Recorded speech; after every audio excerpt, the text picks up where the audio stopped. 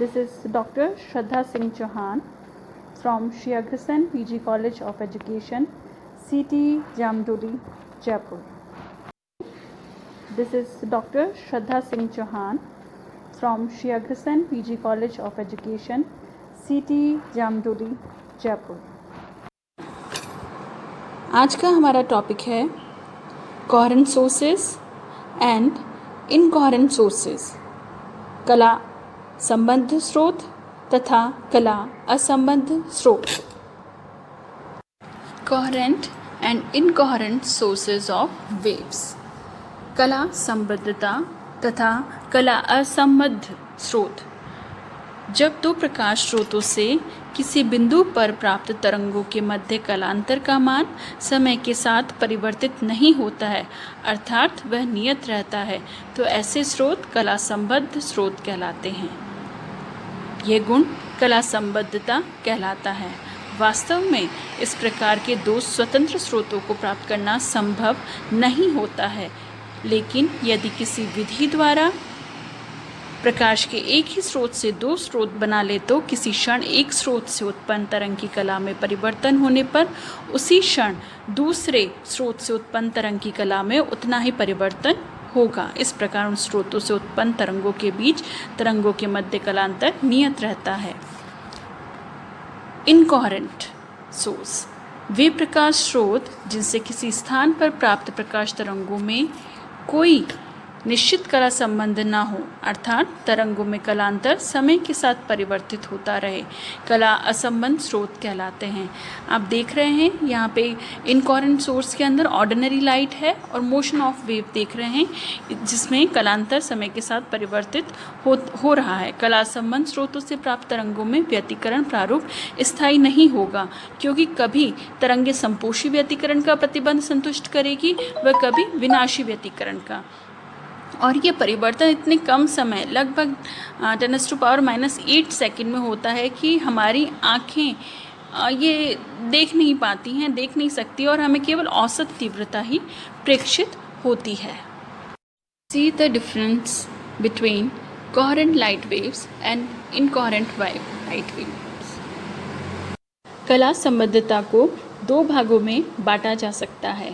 पहला special coherence, स्थानिक संबद्धता, और दूसरा है कालिक संबद्धता, टेम्पोरल कोहेरेंस. पहले हम टेम्पोरल कोहेरेंस के बारे में पढ़ेंगे. यदि किसी प्रकाश स्रोत से एक निश्चित आवृत्ति की प्रकाश तरंगें उत्सर्जित होती हैं तो वह प्रकाश स्रोत एक वर्णी प्रकाश स्रोत कहलाता है. इस प्रकार की उत्सर्जित प्रकाश तरंग को एक अनंत लंबाई की ज्यावक्रीय मीन्स सिनुसॉइडल तरंग से निरूपित किया जा सकता है. इस प्रकार ये एक अनंत लंबाई की ज्यावक्रीय तरंग हैं जिन्हें हम साइन वेव्स, सिनुसॉइडल वेव से हम निरूपित कर सकते हैं.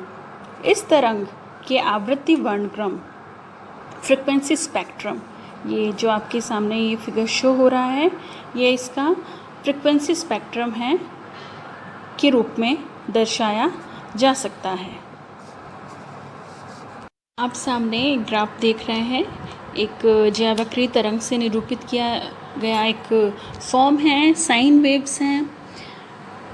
वास्तविक प्रकाश स्रोत से उत्सर्जित प्रकाश तरंगों को इस प्रकार से प्रदर्शित किया जा सकता है. उपरोक्त चित्र से, जो आपको ये चित्र दिखाई दे रहा है, उससे ये स्पष्ट है कि तरंग स्पंदों, जो ये पल्सेस चल रही हैं, वेव पल्सेस चल रही हैं, ये वेव पल्स किसी औसत समय डेल्टा टी तक ही ज्यावक्रीय रूप रहता है, अर्थात नियमित रूप से कला परिवर्तन होता है.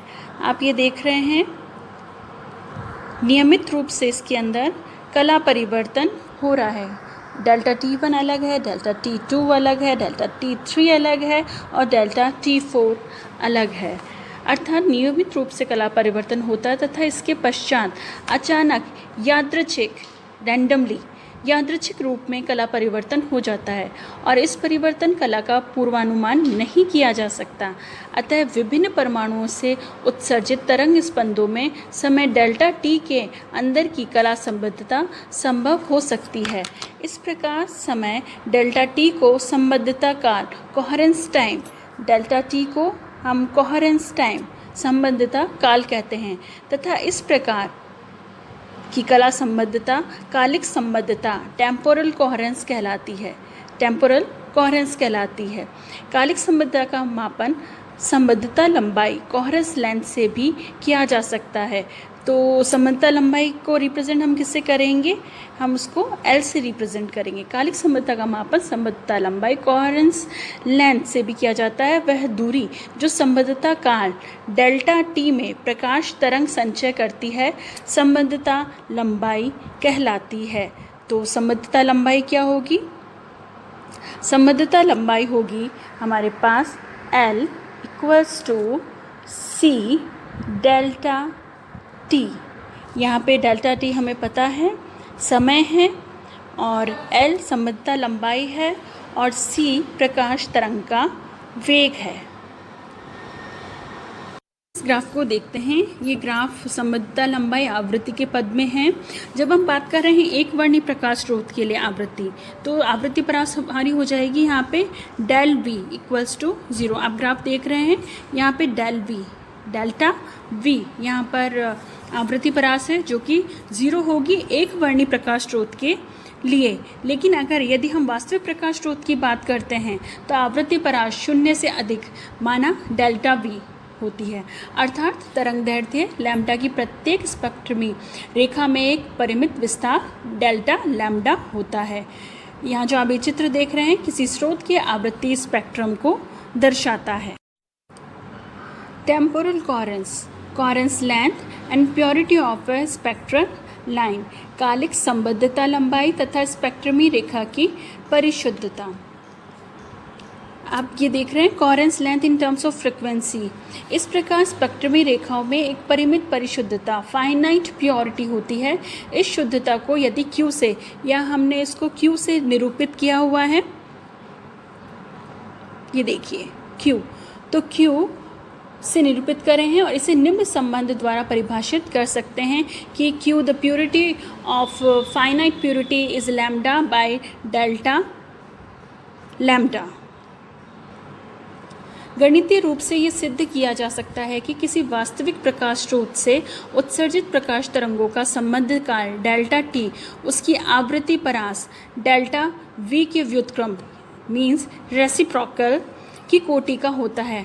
अर्थात संबद्धता काल डेल्टा टी आपका होगा delta T is approximately equal to 1 by delta V which is approximately equals to the delta V, 1 by delta V. This is the equation number 3. For a monochromatic light source, अगर आपका जो light source है वो monochromatic है यानी एक वर्णी प्रकाश स्रोत है तो उसके लिए डेल्टा V का जो की वैल्यू जो होगी डेल्टा V इक्वल्स टू 0 होगी। उपरोक्त संबंध में ये ज्ञात होता है कि एक वर्णी प्रकाश स्रोत डेल्टा V इक्वल्स टू 0 की संबद्धता लंबाई L क्या होगी? इनफाइनाइट होगी, इन्फिनिटी होगी। Therefore coherence length will be infinity. Such a source of light is known as perfectly coherent source. ये जो प्रकाश स्रोत है ऐसे प्रकाश स्रोत को पूर्णतः संबद्ध कंप्लीटली कोहेरेंट प्रकाश स्रोत कहते हैं। यदि किसी प्रकाश स्रोत के लिए ध्यान दीजिए, यदि किसी प्रकाश स्रोत के लिए delta V by V equals to है 10 to power mostly equals to 10 to power -6 या कम हो तो वह प्रकाश स्रोत अर्ध एकवर्णी क्वासी मोनोक्रोमेटिक कहलाता है। नाउ अब हम बात करते हैं coherence length in terms of wave length. संबद्धता लंबाई तरंग दैर्ध्य के पद में प्रकाश तरंगों के लिए लाइट वेव्स के लिए हम देखते हैं कि जो V है वो इक्वल्स टू होता है C by lambda which is the equation number 5। So जहाँ लैम्ब्डा तरंगों का तरंग दैर्ध्य है, differentiating we get delta V which is equals to -C by lambda square delta lambda. और जब डेल्टा वी मोड में तो C delta lambda upon lambda square which is the equation number 6। अतः संबद्धता काल कोहेरेंस टाइम हो जाएगा, क्योंकि हमें पता है संबद्धता काल होता है delta T equals to 1 by delta V which is most probably equal to lambda square by C lambda delta lambda which is equals to lambda square by c delta lambda which is equation number 7 from equation number 2 and coherence length L equals to c delta t हमें पता है, हमने बात की थी पहले संबद्धता लंबाई की which is probably equal to lambda square by delta lambda which is equation number 8। और जब हमें पता है जो Q है द फाइनाइट जो हमारा फाइनाइट प्योरिटी थी वो थी हमारी Q which is lambda by delta lambda, तो हमने यहाँ पे उसको यहाँ से रिप्लेस किया है, तो हमारे पास आ गया है lambda Q from equation number 1 and 8 coherence length L equals to probably Q lambda which is purity factor into wave length which is equation number 9. Now the spatial coherence and dependence phase coherence on width of a slit, स्थानिक संबद्धता तथा रेखा क्षेत्र की चौड़ाई पर कला संबद्धता की निर्भरता। आप यहाँ पे देख रहे हैं एक बिंदु प्रकाश स्रोत, यहाँ पे एक बिंदु प्रकाश स्रोत है S, इसकी हम कल्पना करेंगे।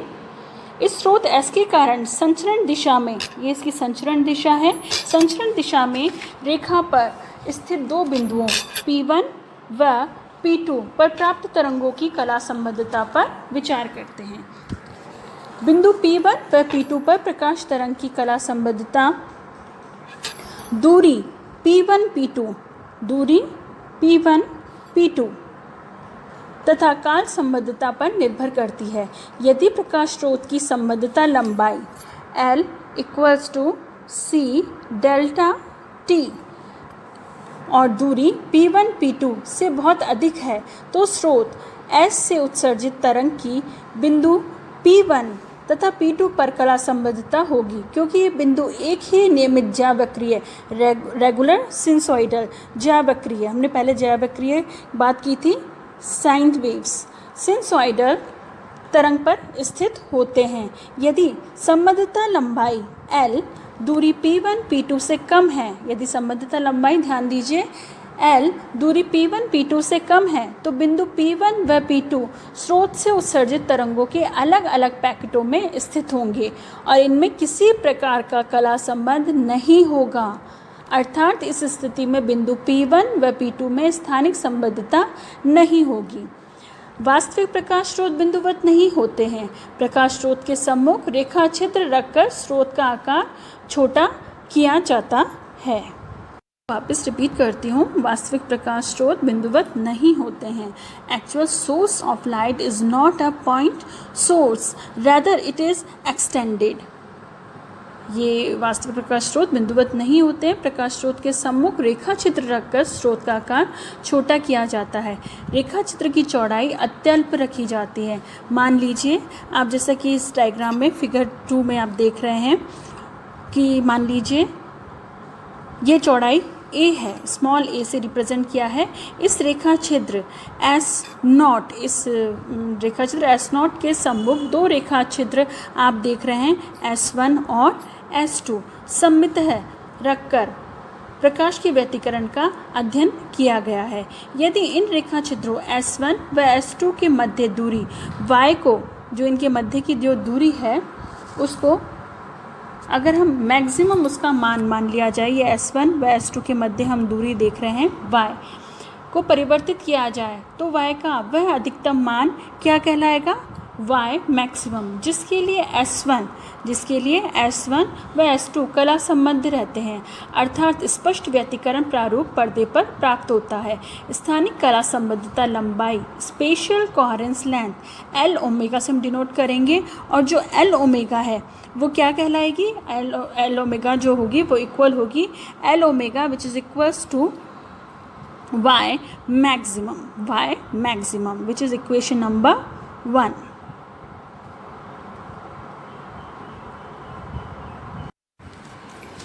चौड़ाई a के रेखा छिद्र के कारण इस रेखा छिद्र में स्थित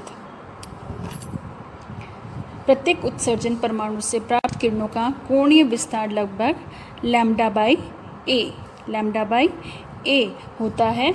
अतः कोण S1, S0, S2 lambda by ए से कम होने पर ही दोनों रेखा छिद्र S1 व S2 उत्सर्जक से उत्पन्न एक ही तरंगाग्र पर स्थित होंगे, जिससे S1 व S2 कला संबंध होंगे। यदि S0 की S1 S2 के तल से दूरी t है, माना कि S0 की S1 S2 से जो दूरी है वो स्मॉल d से हमने यहाँ प्रेजेंट की गई है। So the angle between S1, S0, S2 is equals to y by d। कोण अल्प होने पर tan x equals to tan के उपयोग से therefore for S1 and S2 to be coherent y by d which is small or equal or small by lambda by a which is equation number 2 so that the spatial coherence length जिससे कला जो स्थानिक कला संबंधता लंबाई है L omega हमने पहले भी बात की y maximum which is equals to lambda D by A which is equation number 3 जो कि हमारी इक्वेशन नंबर 3 है। So special coherence length from equation number 1 and 2 is L omega equals to lambda by theta which is equation number 4. For circular aperture S1 S2 के तल में प्रेक्षण बिंदु पर रेखा छिद्र जो S0 द्वारा निर्मित जो कोण थीटा है वो तो हमारा हो गया L omega which is equals to lambda by theta. For circular aperture S L omega equals to 1.22 lambda by theta which is equation number 5। From the equation 4 and 5, it is observed that the spatial coherence length can be increased by decreasing a or theta। इस प्रकार रेखा छिद्र S0 को संकीर्ण बना के अर्थात a व theta को कम करके कला संबद्धता L ओमेगा को बढ़ाया जा सकता है, यानी a और थीटा को कम करके हम L ओमेगा के मान को बढ़ा सकते हैं। उपरोक्त विवेचन में सन्निहित कल्पनाओं के कारण कला संबद्धता लंबाई के सूत्र से प्राप्त मान परिमाणात्मक रूप से पूर्णतः यथार्थ नहीं होता है। इस मान को इस लंबाई की कोटि के रूप में लेना अधिक उपयुक्त होगा। धन्यवाद।